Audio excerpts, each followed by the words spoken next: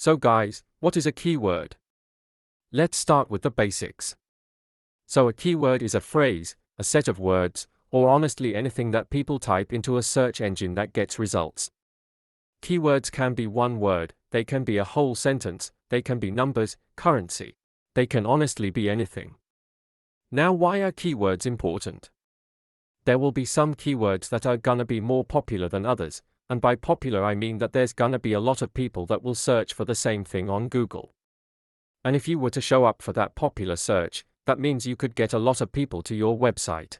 You can sell products, you can sell services, you can sell software, you can honestly do anything.